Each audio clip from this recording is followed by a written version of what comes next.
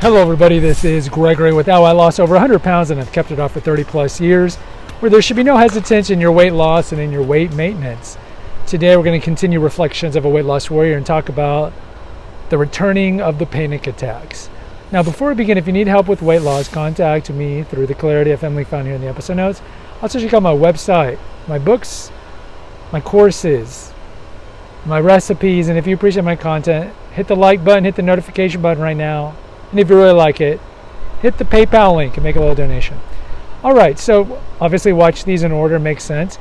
I'm currently 4 or 5 years into my weight loss. I've moved to Alaska, partly because I had so much sweating attacks in Texas that I felt, okay, I need to go somewhere where it's cold because I'll be less likely to have panic attacks. I mean, look, not the smartest thinking at the time, but I did get a full ride to go to the University of Alaska for a useless humanities degree where I was a teaching assistant.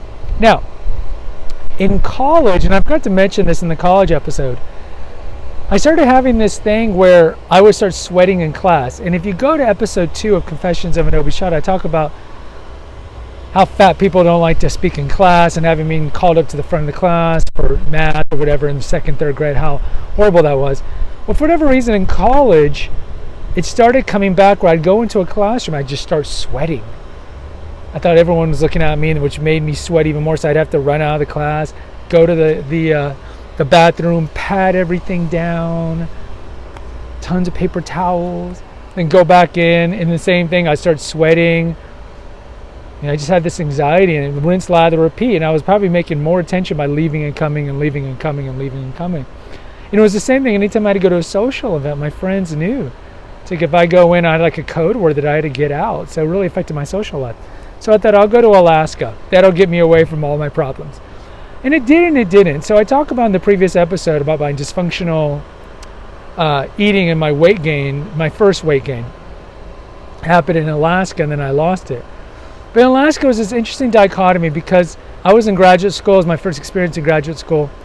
And I was also a teaching assistant. So part of being a teaching assistant is you have to do breakout sessions with the class. Like I was a TA for modern world history for a professor, may he rest in peace, great guy.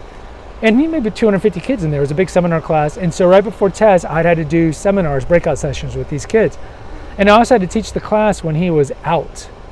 So I had no problem doing that. I'm getting in front of 200 kids and just talking about history.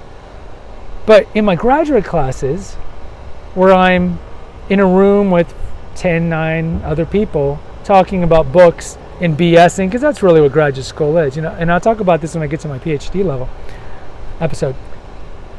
It's all about BSing. People don't really read the book. You just kind of look at the table of contents, read some stuff online, and just BS it. But in my seminar classes, same thing. I was so freaked out. I couldn't speak. I didn't want to speak.